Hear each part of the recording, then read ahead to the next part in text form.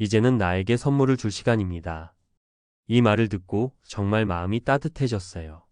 사실 우리는 평생 남한테 주는 역할만 하고 살잖아요. 가족에게, 회사에게, 사회에게 내 시간을 주고, 내 체력을 주고, 심지어 내 감정까지 내어주면서 살았죠. 그런데 어느 순간 문득 깨닫게 돼요. 이제는 나도 나한테 줘야 할 때가 왔구나 하고요. 내년 말이면 60세 정년. 35년을 쉼없이 달려오셨군요. 정말 대단합니다. 남들은 일을 했으니 당연하다고 하지만 정작 본인은 그 과정에서 얼마나 많은 걸 참아냈고 견뎌냈을까요? 이제는 홀가분하게 조금은 이기적으로 나 잘 살자라고 해도 될 나이가 됐어요. 그런 이야기를 듣다 보면 저도 괜히 마음이 편안해지면서 그래, 나도 그래야겠다 싶습니다. 노후 준비가 어느 정도 되셨다고 하셨죠. 먹고 살 만하다고. 사실 그게 제일 부러운 말이에요. 은퇴 준비의 핵심은 거창한 자산이 아니라 걱정 없이 내 생활을 유지할 수 있는 수준을 만들어 두는 거잖아요. 지금 그 기준을 만들어 놓으셨으니 사실상 은퇴 준비는 반쯤 성공하신 거라고 해도 과언이 아닙니다. 그리고 남은 큰 숙제는 아드님 결혼 하나뿐이라고요. 이게 또 참 현실적이면서도 애틋한 이야기입니다. 부모 마음이 다 똑같죠. 내 한 몸 편한 것도 좋지만 애들 자리만 잡아주면 마음이 놓이는 게 부모니까요. 하지만 거기서도 너무 조급할 필요는 없다고 말씀드리고 싶어요. 요즘은 결혼이 늦어지는 게 보통이고 또 본인이 행복해야 좋은 짝을 만날 수 있잖아요. 부모로서 할 수 있는 건 기회나 선택지를 조금 넓혀주는 정도면 충분할 때도 있어요. 이제부터는 정말 내가 나를 챙기는 시간을 의식적으로 가져야 할 때입니다. 여기서 몇 가지 현실적인 이야기를 나눠보고 싶습니다. 첫째, 몸을 관리하는 건 더 이상 옵션이 아니라 필수입니다. 예전에야 몸을 혹사해서 돈을 벌자였다면 이제는 몸을 잘 관리해서 쓰자로 바뀌어야 합니다. 실제로 60대에 운동을 꾸준히 시작한 한 분은 이렇게 말하더라고요. 처음에는 병원비 아끼려고 했는데 이제는 운동이 제 인생의 가장 큰 낙이 됐어요. 걷기, 수영, 가벼운 근력 운동 다 좋아요. 중요한 건 매일 조금이라도 하는 겁니다. 운동의 장점은 돈이 안 들어가도 큰 효과를 준다는 거예요. 또 운동은 노후의 외로움과 우울증을 예방하는 강력한 무기이기도 합니다. 둘째, 소비를 줄이는 게 아니라 소비의 질을 바꾸는 연습을 해보셨으면 합니다. 큰 돈은 필요 없다고 하셨는데 사실 이게 은퇴 후 생활의 핵심 철학이거든요. 젊을 때는 필요 없는 것도 사는 재미로 샀지만 이제는 정말 나를 위한 것을 고르는 안목이 중요해집니다. 예를 들어 70만 원짜리 외식 대신 3만 원짜리 좋은 재료로 가족끼리 홈파티를 하면 만족도는 훨씬 크거든요. 60대 중반의 한 지인은 백화점 가서 명품 살 돈으로 여행 가방을 샀다며 덕분에 내 인생에 기억이 하나 더 생겼다고 했어요. 결국 돈은 쓰는 게 나쁘지 않은데 어디에 쓰느냐가 문제죠. 셋째, 관계의 범위를 좁히되 깊게 가꾸면 좋습니다. 35년을 회사에서 사람들 틈바구니에서 살다 보면 관계가 넓은 대신 얕을 때가 많아요. 은퇴 후엔 굳이 많은 사람에게 잘 보일 필요가 없어지죠. 오히려 나를 진짜 좋아해 주는 사람, 내가 정말 편한 사람 딱 몇 명만 남겨도 충분합니다. 한 62세 선배님 얘기를 들었는데 은퇴 후에 동창 모임, 직장 모임 다 끊고 딱 2명의 친구랑만 연락한다고 하더라고요. 그 친구들이랑은 일주일에 한 번 만나서 허심탄회하게 이야기하고 소주 한 잔 나누는 게 너무 좋다고요. 관계가 줄어들면 외로울까 걱정되지만 오히려 더 단단해진다는 게 그분의 말씀이었어요. 결국 은퇴 준비라는 건 돈을 모으는 게 전부가 아니에요. 오히려 돈을 잘 쓰는 법을 배우고 내 몸을 잘 관리하고 내 마음을 잘 돌보고 내 인간관계를 잘 다듬는 게 진짜 준비죠. 이제는 나한테 선물을 주자는 말이 참 좋아요.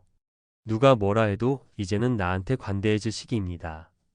늦잠도 좀 자보고 보고 싶은 영화도 혼자 보러 가보고 하고 싶은 취미도 해보고 젊을 때 못한 게 있으면 이제라도 하나씩 해보세요. 그래서 저는 이렇게 이야기하고 싶습니다. 60세 정년은 끝이 아니라 내 인생의 새 시작이다. 이제는 회사가 아닌 내가 나를 챙겨야 할 시간. 이제는 나도 나한테 잘해줄 시간. 이제야말로 내 삶을 온전히 내 마음대로 디자인할 수 있는 가장 자유로운 시기. 홀가분한 그 마음을 오래오래 간직하시길 바랍니다. 그리고 그 마음이 앞으로의 30년을 훨씬 더 행복하게 만들어줄 거라고 믿어요. 정말 수고 많으셨습니다. 이제부터는 즐겁게 삽시다. 이제 조금 더 실질적으로 전문가적인 시각으로 구체적이고 현실적인 정보와 팁을 이어서 이야기해 볼게요.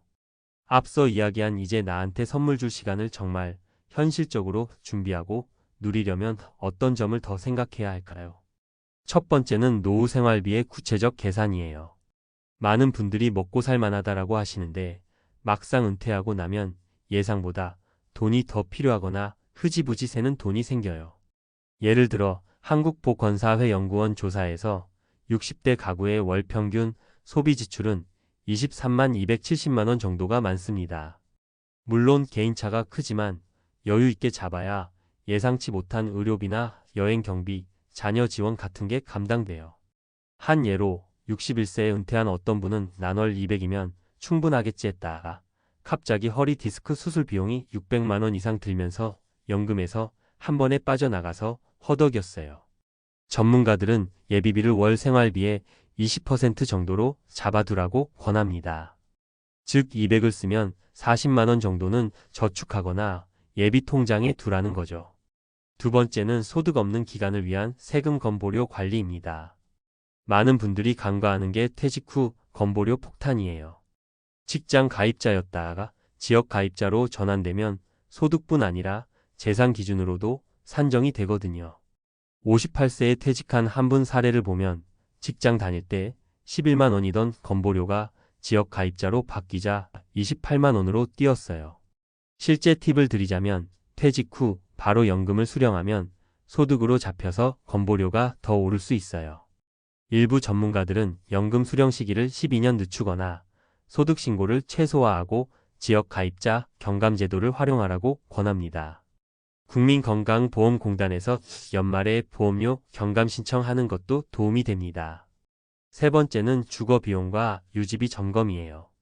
은퇴 후 생활에서 가장 큰 지출 중 하나가 주거비입니다. 서울 수도권이라면 더 민감하죠. 35년 근무하고 집을 마련해 두셨다면 정말 잘하신 거예요. 하지만 여기서도 유지비를 한 번은 냉정하게 점검해 보시면 좋아요. 한 예로 60대 부부가 34평 아파트에서 살았는데 관리비 난방 비수리비가 연평균 300만 원 이상 들었어요. 결국 아이 결혼시키고 나서 24평대로 옮겼더니 연 150만 원 정도 절감했습니다. 전문가들은 노후 주거는 크기가 아니라 관리비와 편의성을 기준으로 설계하라고 조언합니다. 특히 엘리베이터 없는 빌라 4층, 난방비 많이 드는 주택, 너무 외진 시골집은 나이 들어서 큰 부담이 될 수 있어요. 네 번째는 의료비 대비입니다. 은퇴 후 예상치 못한 비용 중 압도적으로 큰 게 의료비입니다. 65세 이상 가구의 연평균 의료비가 180만 원이 넘는데 큰 병 한 번이면 1000만 원 단위가 나갑니다. 보험이 있다면 갱신 시점, 보장 내역을 꼭 점검하세요. 너무 많은 보험료를 내면서 쓸모없는 특약이 붙어 있거나 반대로 정말 필요한 입원 수술 침해 보장이 빠져 있을 수도 있습니다. 보험 전문가들은 60대 초중반에는 큰 병 대비 실비 보험 하나만 잘 관리해도 충분하다고 말해요. 다섯 번째는 자녀 지원 계획의 한계 설정입니다. 아들 결혼만 시키면 된다는 말씀 정말 공감돼요. 한국 부모 마음이 다 똑같잖아요. 그런데 여기서 꼭 강조하고 싶은 건 부모의 노후를 해치지 않는 선에서 도와주는 계획이 필요하다는 겁니다. 60대 초반 부부가 퇴직금을 전세 자금으로 다 내줬다. 자기들은 반전세로 옮겨서 생활비가 모자라 대출을 받는 사례가 의외로 많습니다. 전문가들은 보통 퇴직금의 2030%까지만 자녀 지원에 쓰라고 조언합니다. 그리고 꼭 자녀와 대화하세요. 엄마 아빠 노후도 중요하다는 걸 솔직히 말해주면 오히려 자녀가 덜 부담스러워해요. 마지막으로 정말 권하고 싶은 건 나의 시간표 만들기입니다. 35년간 회사 시간표에 맞춰 살았잖아요. 이제부터는 내 시간을 내가 짜야 합니다. 어떤 분은 퇴직 후 너무 무료해서 아침부터 밤까지 TV만 보다가 우울증까지 오셨어요. 반대로 은퇴 직후부터 동네 자원봉사, 동호회, 텃밭, 여행 일정까지 스스로 주간 시간표를 만든 분은 정말 밝고 건강하게 사세요. 가벼운 예시로 일주일에 이틀은 운동, 하루는 친구나 가족 만나기, 이틀은 독서나 취미, 주말엔 나들이 같은 식으로 스스로 정해보세요. 결국 은퇴 준비는 돈만의 문제가 아니라 삶의 설계 문제입니다. 돈은 충분히 쓸 수 있을 만큼만 준비하고, 불필요한 새는 돈을 줄이고, 건강을 잘 지키고, 관계를 슬림하게 가꾸고, 시간을 내 마음대로 디자인하는 것. 그게 바로 60 이후 인생을 가장 내답게 잘 사는 비결이에요. 앞서 이야기하신 것처럼 이제는 나한테 선물 줄 시간입니다. 이 선물은 돈으로 사는 물건이 아니라 앞으로의 30년을 평온하고 즐겁게 살 수 있게 만들어주는 계획이에요. 꼭 어려운 거 할 필요 없어요. 오늘 하루라도 이건 내 행복을 위해 하는 거야 라고 스스로에게 선물 한 가지 해보세요. 그리고 내년 말 60세 정년을 진짜 나를 위한 시작으로 바꿔보시길 진심으로 응원합니다.